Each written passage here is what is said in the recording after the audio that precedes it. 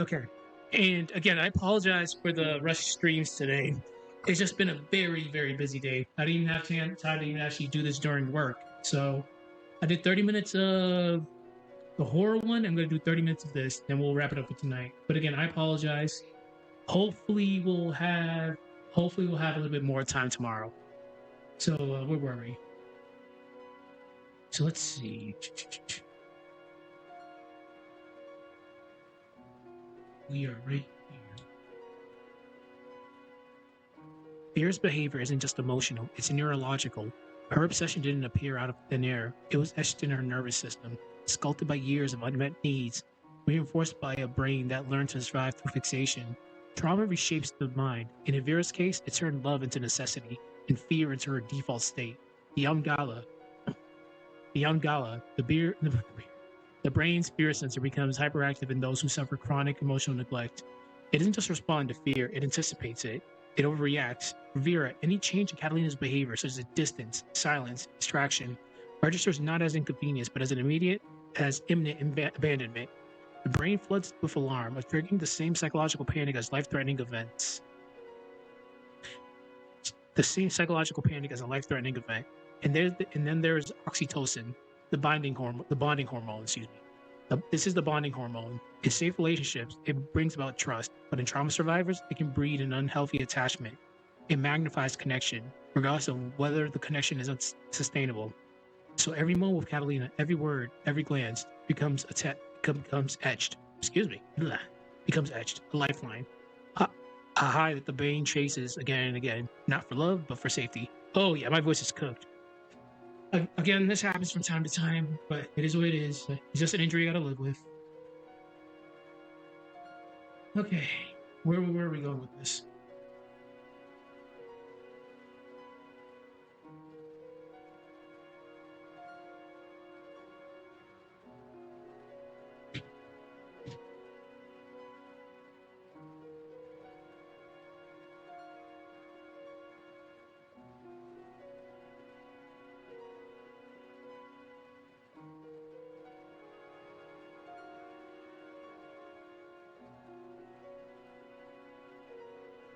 Prefrontal cortex, right here. That piece of your brain, right there.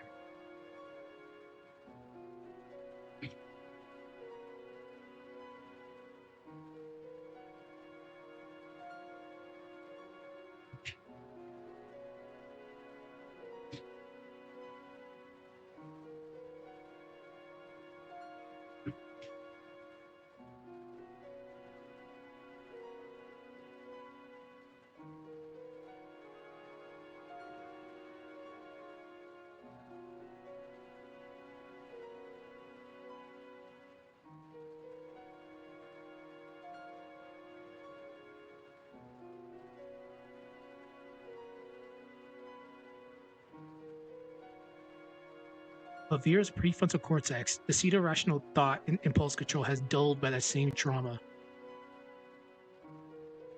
I can fix that. Excuse me, I can fix that.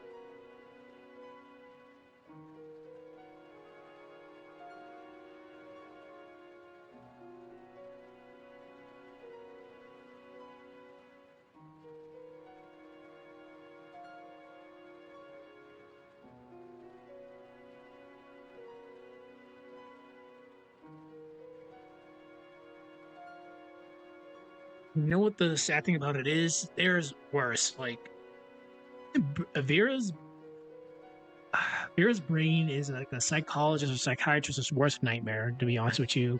Holy shit, there's so much going on.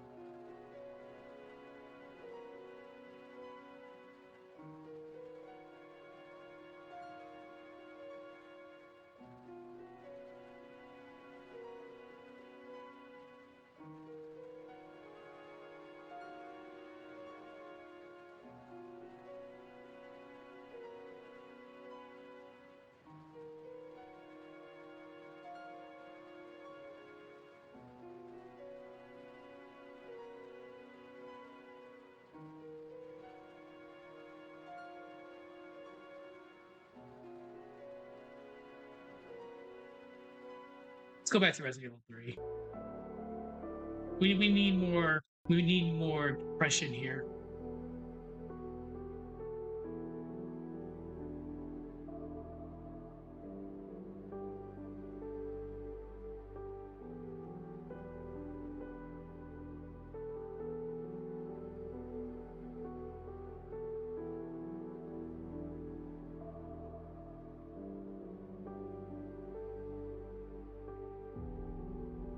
I'm just thinking right now. Just give me a moment.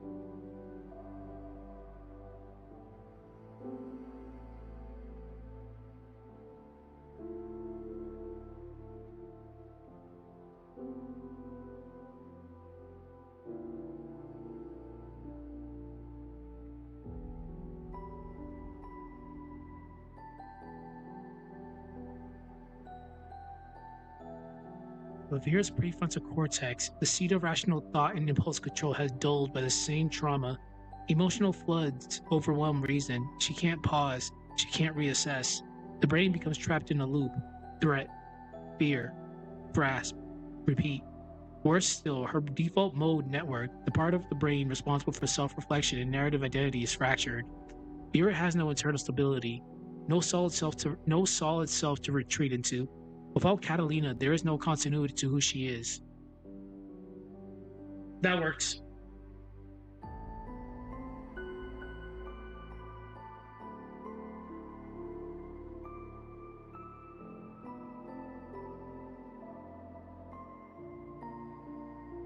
That works. I just had a protein shake. Do I really want alcohol right now? Sure. Just a little. Don't drink unless you're an adult.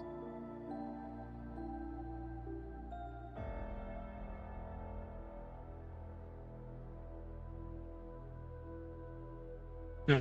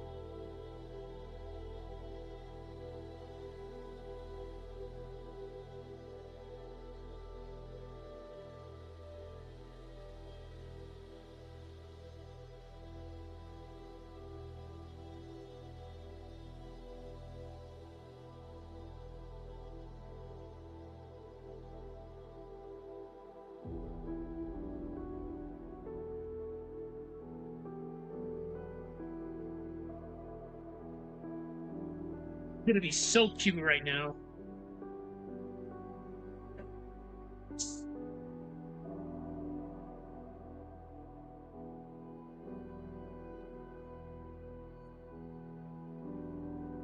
Okay.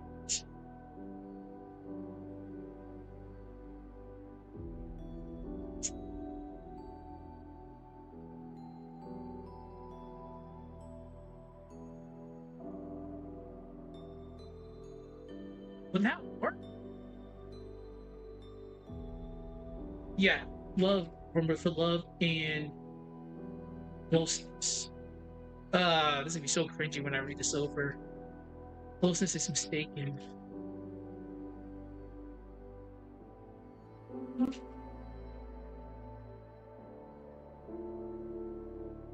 So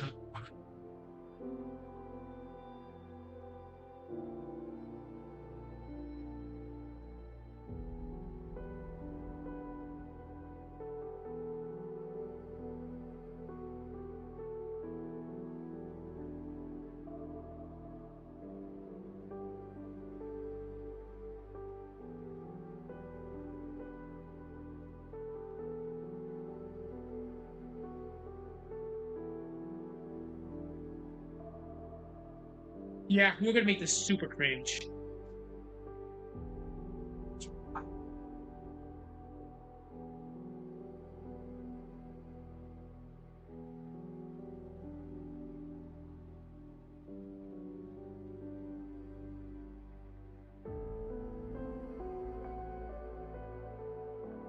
Okay, let's read this over and not cringe at this.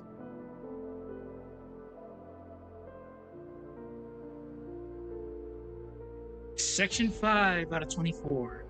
Vera's behavior isn't just emotional, it's neurological. Her obsession didn't appear out of thin air. It was etched into her nervous system, sculpted by years of unmet needs, reinforced by a brain that learned to survive through fixation. Trauma reshapes the mind, and in Vera's case, it turned love into a necessity and fear into her default state. The amygdala, the brain's fear center, becomes hyperactive in those who suffer chronic emotional neglect. Emotional neglect. It doesn't just respond to fear, it anticipates it. It overreacts. For Vera, any change in Katalina's behavior, such as distance, silence, distraction, registers not as inconvenience, but as imminent abandonment. The brain floods with alarm, triggering the same psychological panic as the life-threatening event. And then there's oxytocin. This is the bonding hormone. In safe relationships, it brings about trust. But in trauma survivors, it can breed an unhealthy attachment. It magnifies connection, regardless of whether the connection is sustainable. So every moment with Katalina, every word, every glance becomes etched, a lifeline. A high the brain chases again and again, not for love, but for safety. But Vera's prefrontal cortex, the seat of rational thought and impulse control, has dulled by that same trauma. Emotional floods overwhelm reason. She can't pause. She can't reassess. The brain becomes trapped in a loop. Threat. Sorry. The brain becomes trapped in a loop. Fear. Grasp. Repeat. We gotta pause for like a few seconds. I fucked up. The brain becomes trapped in a loop. Threat. Fear. Grasp. Repeat. There we go. Worse still, her default mode network, the part of the brain responsible for self-reflection and narrative identity, is fractured. Vera has no internal stability, no solid self to retreat into. Without Katalina, there's no continuity to who she is. That's why she writes. That's why her diary matters. Not as a memory, but as proof that she existed. And this is where the horror takes root. Vera isn't just obsessed. She is trapped in a looping survival pattern, a neurochemical prison where fear is mistaken for love and closeness is mistaken for identity.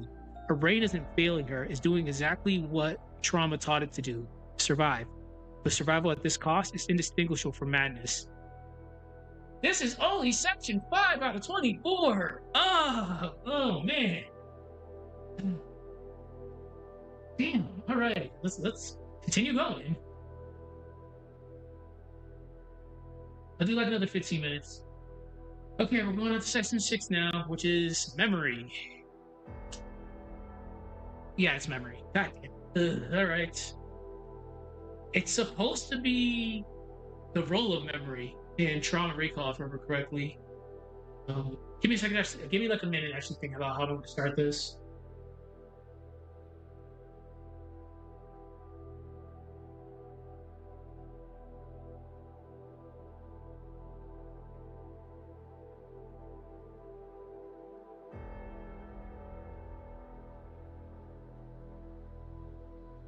By the way, I may sound different. I'm kind of fucking around with my soundboard.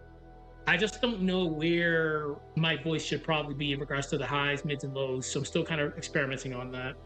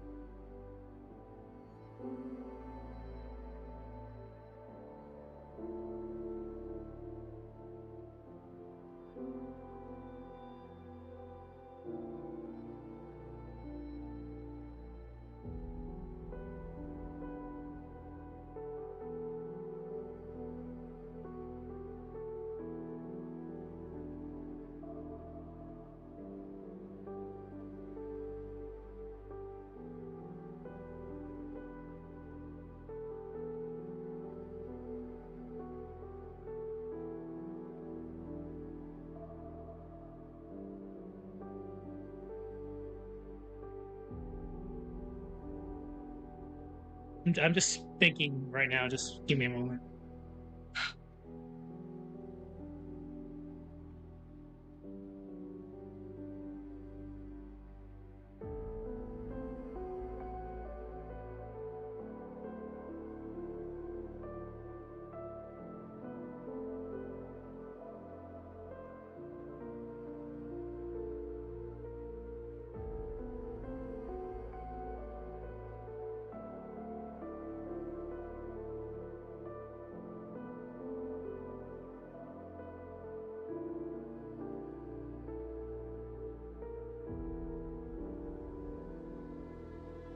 I don't like the way this is sounding already, but we'll go with it.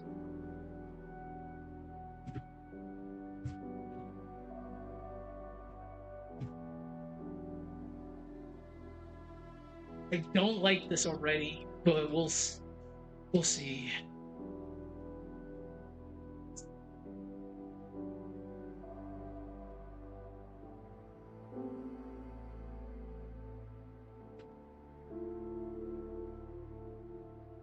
Oh God, ew. Memory is supposed to be something we reflect on, something we return to when we need grounding. But for Vera, memory is not a past, it's a prison. Katalina does not simply live in Vera's heart. She loops through her mind like a half-finished sentence, a moment that refuses to pass. This isn't nostalgia, it's trauma recall. Pacing is gonna be weird with that whole little section right there. Memory is supposed to be something we reflect on, something we return to when we need grounding. But for Vera, memory is not a past, it's a prison. Katalina does not simply live in Vera's heart. She loops through her mind like a half-finished sentence, a moment that refuses to pass. This isn't nostalgia, it's trauma recall. I'm gonna have to come back to that. Sorry about that. That probably flipped like crazy. But yeah, I'll have to come back to that.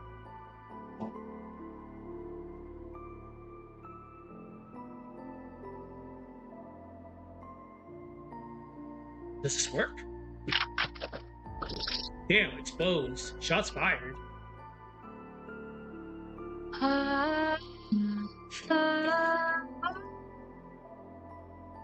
That's currently how I'm feeling right now. Holy shit.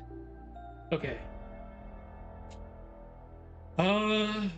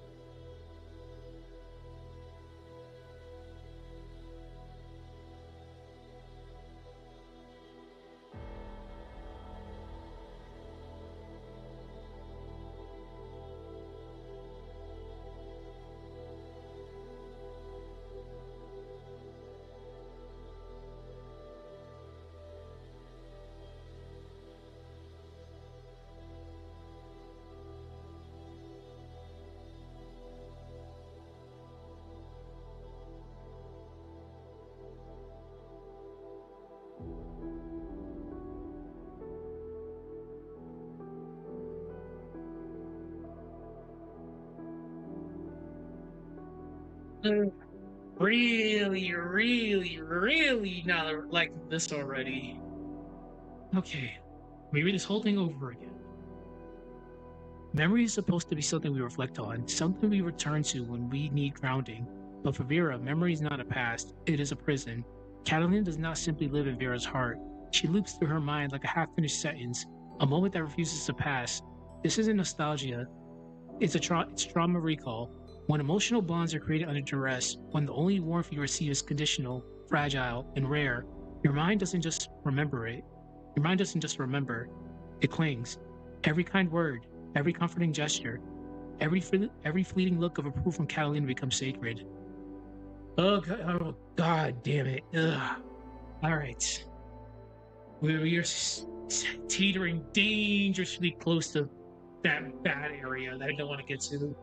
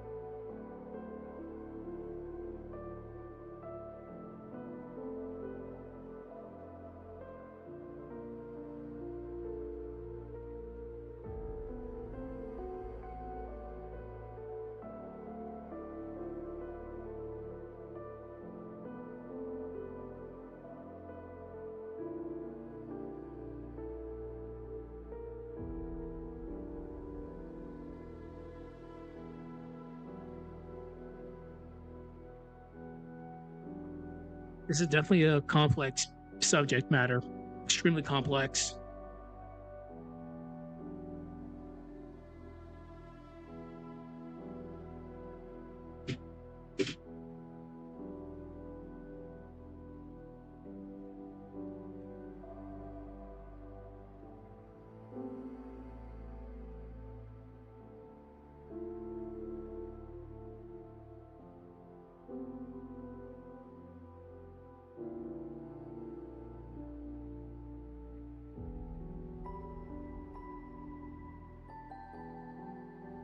Lord have mercy on this degenerate soul of mine.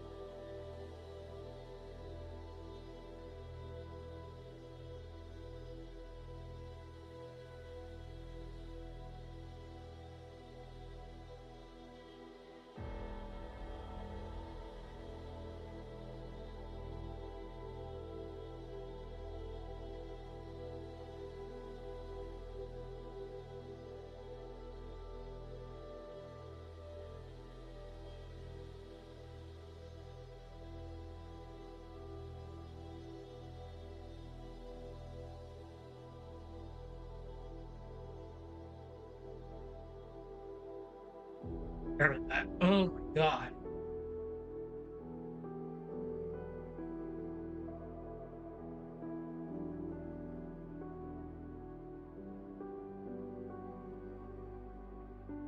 We can still keep going.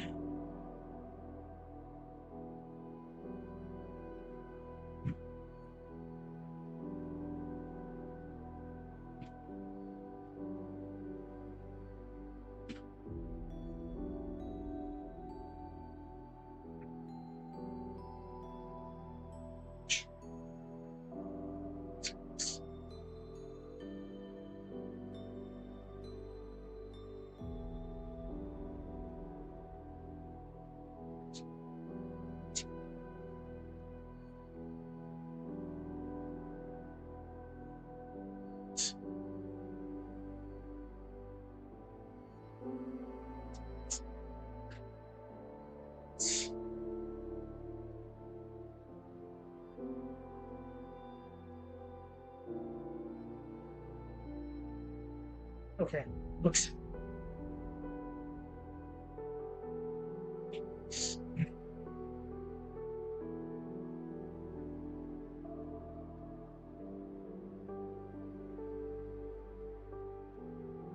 So.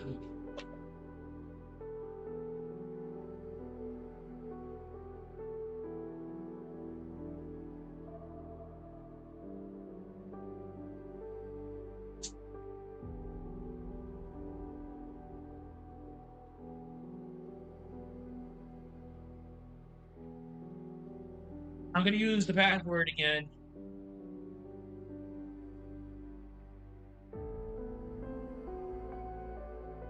Oh my god. it's such an oppressive word. Ugh.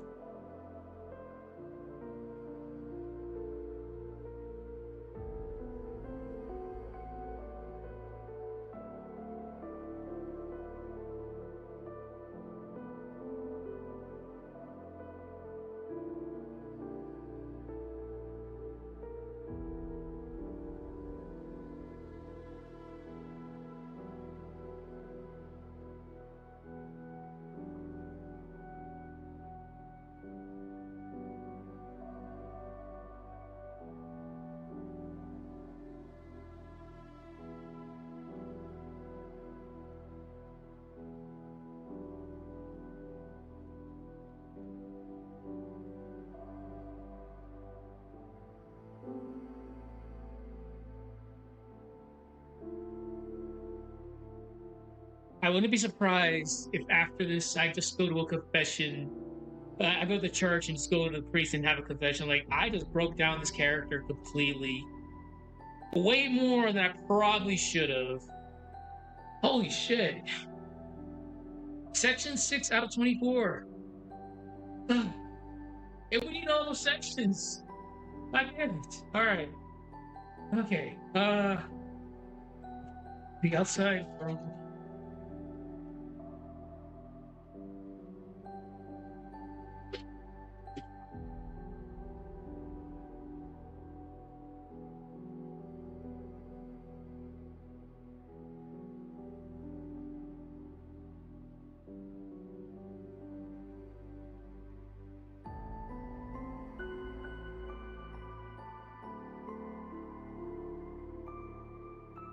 Okay. Yeah. It drifts in circles.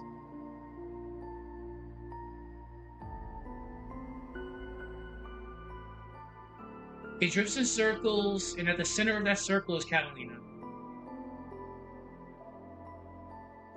But inside her mind, time has no anchor. It drifts in circles, and at the center of that circle is Katalina.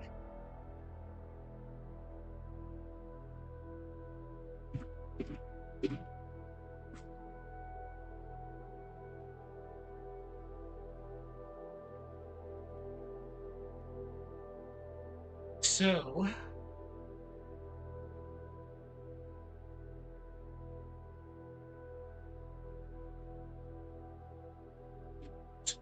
let's see.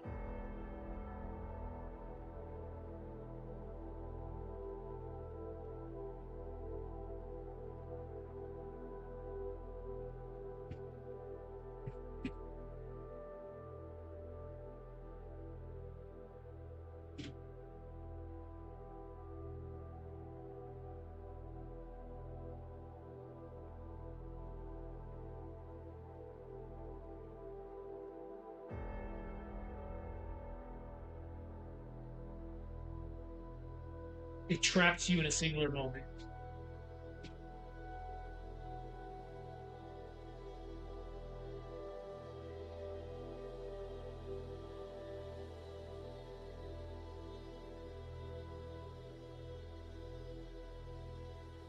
Okay, and memory that will not let go.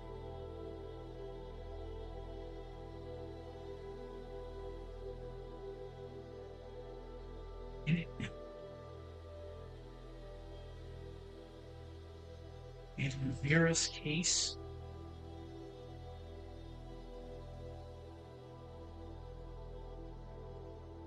one that. All right. Okay. I think we have something here. Oh my god. Damn it, Vira. Why are you so complex? Memory is supposed to be something we reflect on, something we return to when we need grounding. But for Vira, memory is not a past. It's a prison. Katalina doesn't simply live in Vira's heart. She loops to her mind like a half-finished sentence, a moment that that refuses to pass. This isn't nostalgia. This isn't nostalgia. It's trauma recall. When emotional bonds are created under duress, when the only warmth you receive is conditional, fragile, and rare, your mind doesn't just remember, it clings. Every kind word, every comforting gesture, Every fleeting look of approval from Katalina becomes sacred, but not because of what it is, but because of what it meant. You are safe, you are seen, you exist. That kind of memory doesn't fade, it calcifies. Her diary isn't just a habit, it's a lifeline, a record of connection, a proof of worth. It catalogs everything Katalina does, not out of fascination, but out of fear. The fear that without this record, the feelings will vanish, and if they vanish, maybe Vira does so too. It does too. This obsessive chronicling is not driven by love. This obsessive chronicling is not driven by love, but a fractured sense of self. Her identity has been externalized. She doesn't exist unless Katalina looks at her, speaks to her, needs her. Memory becomes her only shield against emotional annihilation. Very, again, intense word right there. Memory becomes her only shield against emotional annihilation. To the outside world, she's overreacting, but inside her mind, time has no anchor. It drifts in circles, and at the center of that circle is Katalina. This is the cruelty of trauma. It doesn't haunt you like a ghost. It traps you in a singular moment, a memory that will not let go. In Vira's case, one that defines her. Okay. All right. Holy crap. How long have I been streaming this for? 38 minutes. Okay, we've done enough. We're at section 6. Section 7 should be obsession. What did I write? Obsession as an emotional survival. Oh my god.